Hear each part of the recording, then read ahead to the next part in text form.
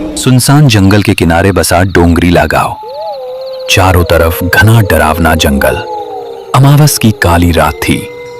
पूरा गांव एक अजीब सी खामोशी की चादर में दबा पड़ा था। बस दूर जंगल से कहीं कुत्तों के भौंकने की और सूखी हवा के पत्तों की आवाजें सुनाई दे रही थी। इसी गांव के बीच में बसा था एक छोटा सा घर, जिसमें भोला और उसकी पत्नी सुमन रहती थी। उस रात जब भोला रात में जंगल लकड़ी लाने जा रहा होता है। सुनो जी, आज अमावस की रात है और इस रात में भी आप लकड़ी लाने जंगल जा रहे हो। आज आप लकड़ी लाने जंगल मत जाओ, मुझे बहुत डर लग रहा है। अरे वो सुमन, तुम डर क्यों रही हो? अगर मैं लकड़ी लाने जंगल नहीं गया तो हमारे घर का खर्चा कैसे चलेगा? तुम चिंता मत करो, मैं जल्दी लकड़ी लेकर जंगल से आ जाऊंगा। पत्नी ने इतना समझाकर भी भोला रुका नहीं। वो अपनी कुल्हाड़ी हाथ में लेकर इतने रात को जंगल लकड़ी काटने निकल जाता है। दूसरी तरफ उसी गांव के बीचों बीच पुराने बरगद के नीचे बनी रामू की चाय की दुकान से धीरे धीरे बुझती अंगारों की रोशनी में चमक रही थी। उसी चाय की दुकान पे बैठे थे गांव के 4-5 लोग। उनमें रामू, मोहन, गोपाल और गांव के सबसे बूढ़े शंकर काका भी बैठे थे। अरे आज ये कुत्ते इतना क्यों भौंक रहे बे? पूरा गांव इन कुत्तों की आवाजों से डर रहा है। मन्ने तो लग रहा है कोई आत्मा पिशाच बाहर घूम रहा है। अमावस की रात है ना आज?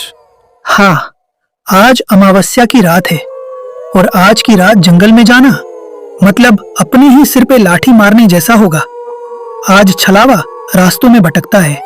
भाइयों, मैंने तो ये भी सुना था कि जंगल का छलावा रूप भी बदलता है, कभी कभी तो इंसान का रूप ले लेता है। सब लोगों की बातें चल ही रही थी कि उतने में दूसरी तरफ से भोला अपने एक हाथ में कुल्हाड़ी और दूसरे हाथ में एक लालटेन लेकर आने लगता है। लालटेन की कांपती लौ में धीरे धीरे भोला आगे आ रहा था। तभी चाय की दुकान पे बैठे शंकर काका बोले, अरे भोला, कहाँ चला इतनी रात को? आज अमावस्या की रात है।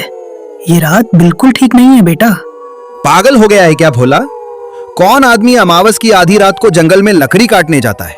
रामू, अगर मैं लकड़ी लाने जंगल नहीं गया तो मेरे घर का खर्चा कैसे निकलेगा? इसी वजह से मेरा काम रुकता नहीं। घर में चूल्हा जलाना है, उसके लिए पैसा लगता है। पैसों के लिए मुझे मजबूरी में लकड़ी लाने जंगल जाना पड़ता है। हर रोज मेरी पत्नी सुमन मुझे उस जंगल में जाने के लिए मना करती है, लेकिन मैं उसकी बात नहीं मानता। मत जा भोला, आज अमावस की रात है। जंगल में आज कोई इंसान नहीं, बल्कि वो छलावा घूमता रहता है। इतने में एक जोरदार ठंडी हवा चली। लालटेन की लौ एकदम लहराई और जैसे किसी ने पास में ही हंसकर फुसफुसाया हो। सबके रोंगटे खड़े हो गए, लेकिन भोला डरा नहीं। वो अपनी कुल्हाड़ी लेकर आगे बढ़ गया। भोला चाय की दुकान से आगे निकल चुका था। गांव की आखिरी बाउंड्री पार होते ही वो सुनसान डरावने जंगल का रास्ता शुरू हो जाता है। रात का अंधेरा और भी भयानक हो गया था। पेड़ों की टहनियां हवा में हिल रही थीं। जंगल की आवाज ऐसी आ रही थी कि मानो किसी इंसान की आवाज हो। भोला रुक जाता है। कौन है? कोई है तो सामने आ जाओ। पर जवाब सिर्फ सन्नाटा। तभी अचानक उसे दिखा एक परछाई आगे पेड़ से उतरकर खेत की तरफ चली गई, धीरे मगर इंसान जैसी चाल में। भोला ने हिम्मत की और बोला, कौन है रे? गोपाल तू है क्या? अगर कोई गांव का आदमी मेरे को डरा रहा है तो मैं डरने वाला नहीं हूं। सीधे तरीके से मेरे सामने आ जाओ, नहीं तो मेरे हाथ जो कुल्हाड़ी है उससे मैं तुम्हारा सर धड़ से अलग कर दूंगा। तभी वो काली परछाई वापिस आने लगती है और वो कोई और नहीं बल्कि भोला की पत्नी सुमन थी। भोला का दिल धक से रह गया। अरे सुमन, तू इस भयानक डरावने जंगल में इतनी रात को क्या कर रही हो? मैंने तुमको बताया था कि मैं घर जल्दी लौट आऊंगा। सुमन मुस्कुराई, मगर आंखें बिल्कुल ठंडी। लेकिन वो आवाज सुमन की नहीं थी, वो तो उस जंगल के छलावे की थी। घर चलो भोला, रात बहुत हो गई है। भोला एक कदम पीछे हट गया। उसी पल सुमन जैसी आकृति धीरे धीरे धुंध बनकर गायब हो गई। ये देख के भोला का खून जमने लगा। ये कौन था? ये तो सुमन नहीं थी, ये तो इस जंगल का छलावा था। तब भी भोला रुका नहीं, वो आगे बढ़ने लगा।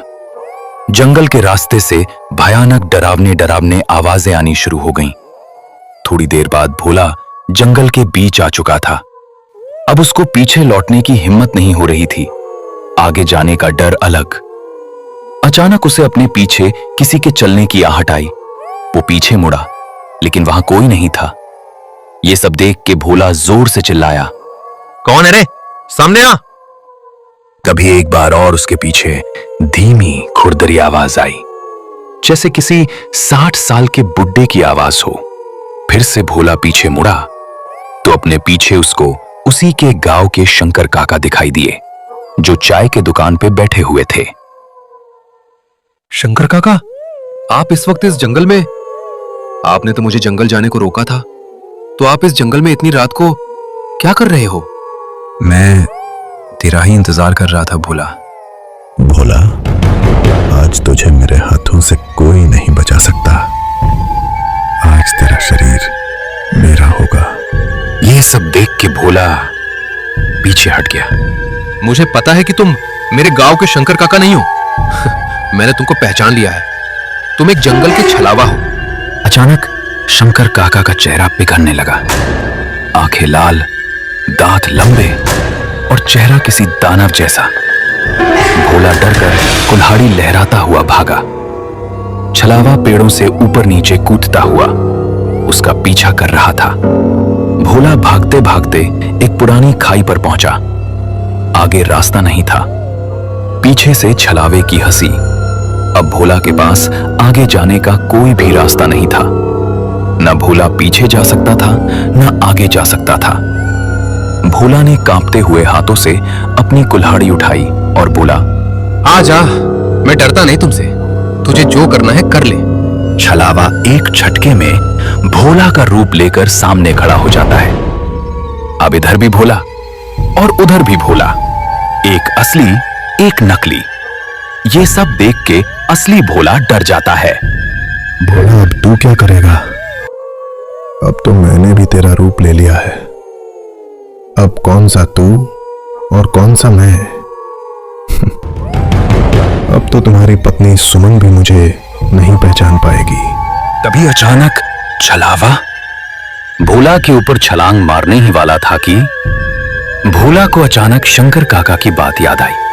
हाँ, शंकर काका ने मुझे आते हुए बताया था कि छलावा रोशनी को बर्दाश्त नहीं कर पाता। उसके बाद भोला ने अपने हाथ में जो लालटेन थी उसको उठाया और जोर से छलावे की तरफ फेंक दी। जैसे ही लालटेन छलावे के पास गिरी, लालटेन में तेज पीली रोशनी खोने लगी और छलावा दर्द से चिल्लाते हुए पीछे हट गया। वो धुएं में बदलता हुआ चिल्लाया, अगली अमावस मैं लौटूंगा भोला। उसके बाद तुम्हें लालटेन तो क्या, तुम्हारे गांव का कोई इंसान भी तुम्हें बचा नहीं पाएगा। ये बोल के छलावा अंधेरे में गायब हो गया। रात के 2 बजे थे। अब भोला के पास लालटेन भी नहीं थी। भोला ने अपनी कुल्हाड़ी उठाई और घर के रास्ते बिना लकड़ी लेकर वापस जाने लगा। थोड़ी दूर चलते चलते भोला थक जाता है, इसीलिए वो एक पेड़ के नीचे आराम करने बैठ जाता है। रात का अंधेरा गहरा हो चुका था। भोला को कुछ समझ नहीं आ रहा था कि अब वो क्या करे। क्या करूं, कुछ समझ नहीं आ रहा है। रात भी बहुत हो चुकी है और मेरे पास तो अब मेरी लालटेन भी नहीं है और इस जंगल का रास्ता भी साफ दिखाई नहीं दे रहा है। ऐसा करता हूं, आज की रात यही जंगल में पेड़ के नीचे सो जाता हूं। सुबह होते ही लकड़ी लेकर यहां से चला जाऊंगा। दूसरी तरफ भोला की पत्नी घर के दरवाजे के पास खड़ी होकर भोला का इंतजार कर रही थी। रात के ठीक 3 बज चुके थे। थोड़ी देर बाद सुबह होने ही वाली थी। तभी सुमन खुद से बातें करते हुए बोलती है, हे भगवान, रात के 3 बज चुके हैं और अब तक ये घर क्यों नहीं लौट आए? उनको कुछ हुआ तो नहीं होगा? अब मैं क्या करूं? घर के बाहर कुत्तों की भौंकने की और जंगल की तरफ से लोमड़ियों की आवाजें आ रही थी। उधर सुमन को नींद नहीं आ रही थी। सुमन सोते हुए भोला को याद कर रही थी। सुमन घर में इधर उधर घूम रही थी। थोड़ी ही देर में सुबह हो जाती है। सुबह होते ही सुमन गांव में जो चाय की दुकान है उसके पास आने लगती है। चाय के दुकान पे वही लोग बैठे थे जो रात को भोला को समझा रहे थे। तभी सुमन चाय के दुकान पे आ जाती है। क्या हुआ सुमन? तुम आज चाय की दुकान पे कैसे आई? सब ठीक तो है ना? नहीं शंकर काका, सब ठीक नहीं है। कल रात को भोला लकड़ी लाने जंगल गए थे, लेकिन भोला जंगल से अब तक घर आए ही नहीं। रोज तो जल्दी घर लौट आते थे, लेकिन आज क्या हुआ तो भोला घर लकड़ी लेकर आए ही नहीं। मुझे बहुत ही चिंता हो रही है। सुमन, तुम चिंता मत करो, अभी हम सब उस जंगल में जाके देखते हैं। उसके बाद सभी भोला को ढूंढने जंगल के और जाने लगते हैं। थोड़ी दूर जाने के बाद उनको दूसरे गांव का एक लकड़हारा उस जंगल में दिखाई देता है। तभी उस लकड़हारे से शंकर काका कहते हैं, बेटा, तुमने किसी आदमी को इस जंगल में देखा है क्या? वो भी तुम्हारे तरह इस जंगल में रात को लकड़ी लाने आया था, लेकिन अब तक वो घर नहीं लौटा। हाँ काका, मैंने एक आदमी को एक पेड़ के नीचे देखा था, लेकिन वो सोया हुआ था, इसीलिए मैंने उसको जगाया नहीं। वो पास में ही जो पेड़ है उसके नीचे सोया हुआ है, लेकिन वहां का रास्ता बहुत ही डरावना है। मैं भी लकड़ी काटने वहां कभी नहीं जाता। सभी लोग वहां से भोला को ढूंढने आगे जंगल के रास्ते निकल पड़ते हैं। कुछ ही दूर जाने के बाद उनको भोला एक पेड़ के नीचे सोया हुआ दिखाई देता है। सभी लोग भोला के पास जाते हैं और कहते हैं, अरे वो भोला, नींद पूरी नहीं हुई क्या? अब तुम्हारी नींद पूरी हुई होगी तो उठ जा, देखो हम तुम्हें ढूंढने जंगल आए हुए हैं। तभी अचानक भोला की आंख खुल जाती है। भोला खड़ा हो जाता है और कहता है, तुम लोग यहाँ? क्या हुआ? सब ठीक तो है? और सुमन, तुम भी इन लोगों के साथ इस जंगल में क्यों? क्या हुआ? आप आज घर नहीं आए तो क्या मुझे चिंता नहीं होगी क्या? मैं रात भर आपकी चिंता में सो नहीं पाई और आप कह रहे हो कि क्या हुआ? सुमन, अब मैं तुमको क्या बताऊं कि मेरे साथ रात में क्या हुआ? क्या हुआ भोला तुम्हारे साथ रात को इस जंगल में? शंकर काका, अब आप लोगों को मैं क्या बताऊं? कल रात जब मैं लकड़ी लेने इस जंगल में आया ना, तो मुझे सुमन का रूप लेकर इस जंगल का छलावा मेरे सामने आया। उसके बाद वो गायब हो गया। थोड़ी देर बाद फिर से वो छलावा आपके रूप में मेरे पीछे मुझे मारने आया शंकर काका, लेकिन आपकी वजह से मैं कल रात को बच गया। आपने मुझे चाय की दुकान पे बताया था कि छलावा लालटेन की रोशनी से भागता है। मैंने मेरे हाथ में जो लालटेन थी वो छलावे के ऊपर फेंकी। उसके बाद छलावा गायब हो गया, लेकिन उसने मुझे बोला था कि वो फिर अगली अमावस की रात हमारे गांव आएगा।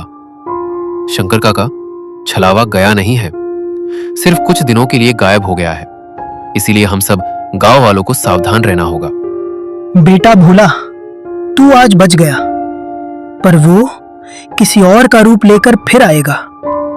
अब चलो यहां से जल्दी। तभी सभी लोग वहां से अपने घर जाने लगते हैं।